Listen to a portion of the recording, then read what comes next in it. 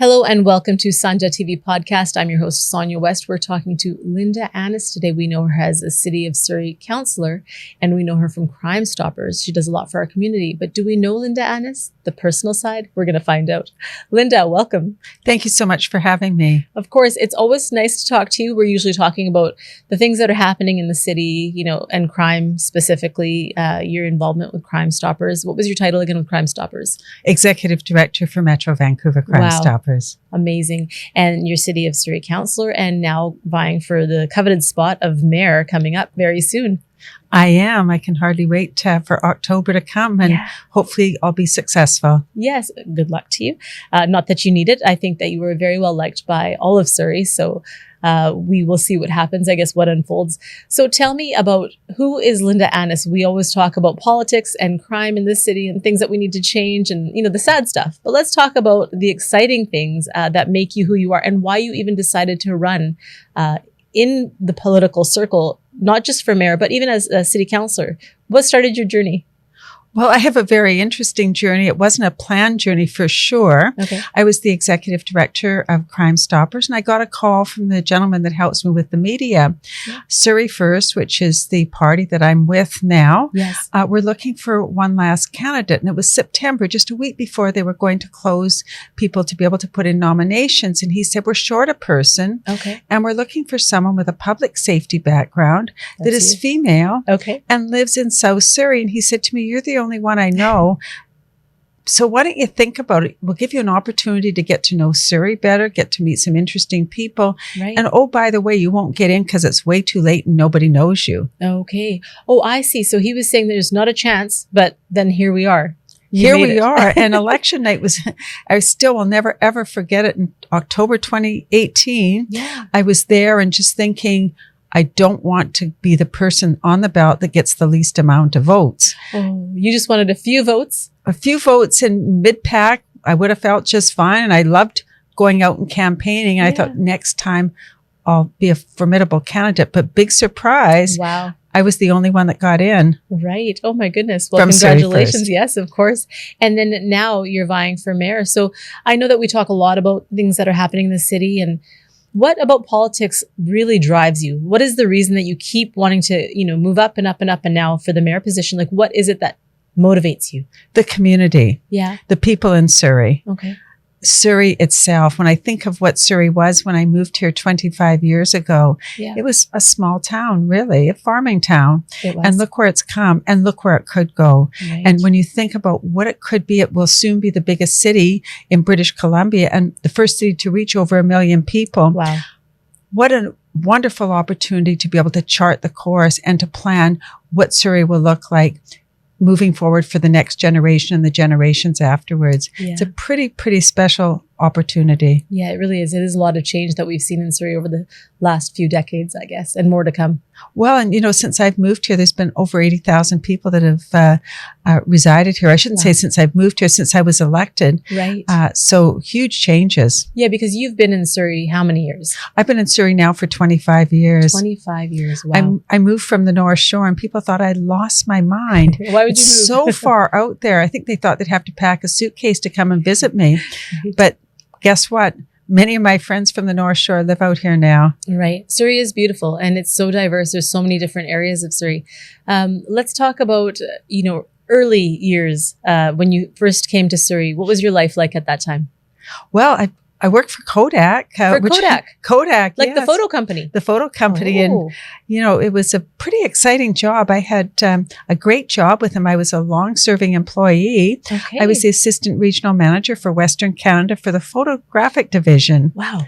And so I was responsible from the Lakehead through to Vancouver Island for the photo division. And what a wonderful job. Was it? Oh, and the great part about Kodak was it was a family. It still is a family. I've been gone there for many, many years now, but I still see many of my former Kodak colleagues and have stayed in touch with so many because it was much of a family. Oh, that's nice. And you're a good character, like a good personality when you can keep in touch with employees co-workers, I guess, from that long ago, because that's been many years ago, 25 years ago? It has been, and up until I would say that probably the past COVID times, I used to have reunions at my house, and I'd have people come from Alberta. I remember one time one of the guys came from Texas and from California. They were all former Kodak Canada employees, and it was just, that's the way Kodak was. Right. Oh, that does sound like a family to come all the way from Texas. I mean, I can't even get people to come from one end of Surrey to the other for me. So you're doing something right. Tell me about your family life at that time. I know that you've been through some adversity. We see you, and we see that you're a polished politician, very well spoken, always put together. However, you've gone through some challenges in your life. Well, I have, and I would like to just start off with, I came from a wonderful family. Mother, who was a former nurse, and my dad was an engineer. My dad was in the construction business and built many of the foundations for the bridges that are here, and the Dees Island Tunnel as well. Wow. I was married. Husband passed away 25 years ago. Okay. And he had a stepson, or he had a son. I had a stepson. Right. And, my husband unfortunately died very young of cancer. So sorry. So it's been something that I've been a real champion for. Anything that I can do to help with the new cancer hospital here, promoting some of the things that they do, I'm there for them, because it's something that I think, so too many of us lose people to cancer. Right. It's close to your heart. Did you take care of your husband then? I did. Most of the time during his journey, he was in the hospital. Yeah. He had esophageal cancer, but I do, have an interest in cancer care and at home and hospice. Yeah. My mother unfortunately died of cancer too, as did my sister. So unfortunately, there's been too much of it in my family. Yeah. But I think it's really important that when you have been touched by cancer, to get involved, and also to make sure that you take care of yourself and that you don't miss early symptoms of cancer. Of course. Yeah. Thank you for that. A lot of people don't actually go and get tested, or, all the testing that they can do, mammograms. And I think prostate for men, there's a lot of cancer detecting that can be done early. And so much of it nowadays, early detection, is the key to success, and getting your cancer either gone or in remission. And far too many of us think it's not going to happen to us. So don't do the necessary steps. That's right. So take the precautions, I guess, to make sure that we're safe. Tell me about your family then. So you were married. You never remarried. No, I didn't. Okay. And I've had a wonderful career. Yeah. I worked for Kodak. I've had my own business doing marketing and corporate rebranding. Right. I've done work for the BC Paraplegic Association, the Disability Foundation, advocating for people that have disabilities, and then went to Crime Stoppers. Very good. I know that you I would like to say you have children. Because they are your children. Tell us about that. Well, I'm an avid dog lover. And, for my 4th birthday, my parents decided to get me a dog. And I went with my mom and dad to look around and at different pups. And every pup I saw, I wanted. And most of them, were mixed varieties. But my dad had his heart set, and I didn't realize this, that we were going to get a Dalmatian. Oh. So I've had a Dalmatian almost my whole entire life. Since you were 4? Since I was 4. Oh my goodness. And I now have 2 at home. I have Ron, who's a very large, good-looking male Dalmatian. And I have Riley, and she's fierce to be reckoned with. She's half liver spotted, half black, one blue eye, one brown eye, and that's about the way her personality is too. That's amazing. They are your children, and it's funny because Ron and Riley have a social media presence. We follow them. Well, they do, and their predecessor Randy did too. They're quite avid, and they do have a lot of comments, and sometimes maybe a little more outspoken than I'd like them to be. That's funny. So you have your children / dogs. What have you done over the holiday season with them? Oh, we have walked. And we've had more walks. Riley is getting a little full-figured, shall we say, and she needs more walks. So Mom's been taking her on a lot of walks, and we've been, watching a few movies and just kind of hanging out together. That's so nice.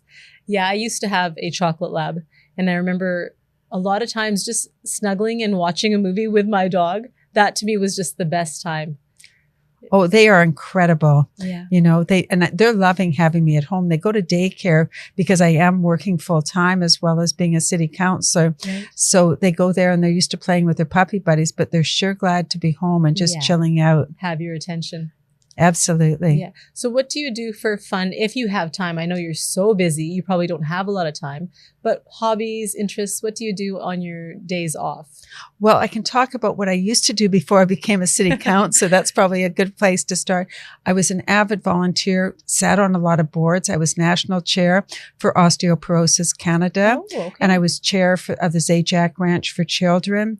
I sat on the BC Sports Hall of Fame board. Wow. I was on Unity board, on Surrey Cares board. So I've done a lot of board work, but in terms of trying to stay fit, I'm a big skier. I used to ski 60 days a year. Wow. And I like golfing. Used to play the odd game of tennis. Not that accomplished at tennis, but really enjoy doing sports and hiking, of course, too. Okay, so you're a sports type of person. It's not like you're staying home cooking or baking or singing. Your passion is being outdoors and being physical? I can tell you for sure, you don't want me to sing. It is not pleasant. I was tarnished, I think, when I was about 6 years old. My mom, I was in an operetta. My mom was sitting in the first row and she kept signaling me to stand back from the mic. And that was because my voice was so bad. Oh my gosh. So I'm forever tarnished, but I do love cooking. And I've gone away for cooking schools and things like that. So I do love to cook, but I just don't have time these days. Right. Actually, I do remember you talking to us off camera. Well, we had a conversation about cooking school, and you had told me that you did get some training. Can we talk a bit about that? Because I found that very exciting. Well, a couple of things. So I did go to Italy, and I took a cooking class there for 10 days, which was phenomenal. Yeah. But I also, when I had my own business, I used to do some work for the Canadian Culinary Federation. Okay.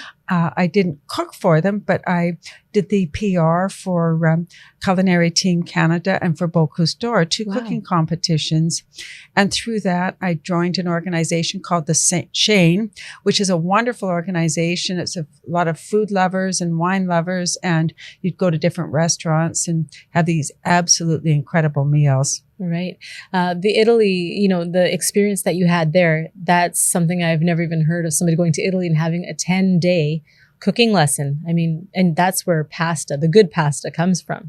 Oh, amazing. In fact, the cooking school I went to was organized and owned by a local restaurateur here in Vancouver, Umberto Mengi. Wow. Okay. And given the opportunity, and I think it still exists, you should go. It's amazing. And where is that? It was in Tuscany. Oh, yeah. I don't know if we'd have the opportunity to go all the way out there and experience that, but my goodness, that is a once in a lifetime opportunity. Oh, it was a dream. It was an absolute dream. I think so. So what does the future look like for you? I know that, perhaps you might become the mayor of the city of Surrey, which is very possible and very exciting. Aside from that, what are your future goals? I mean, we are just in the new year now. So any New Year's resolutions, if you will?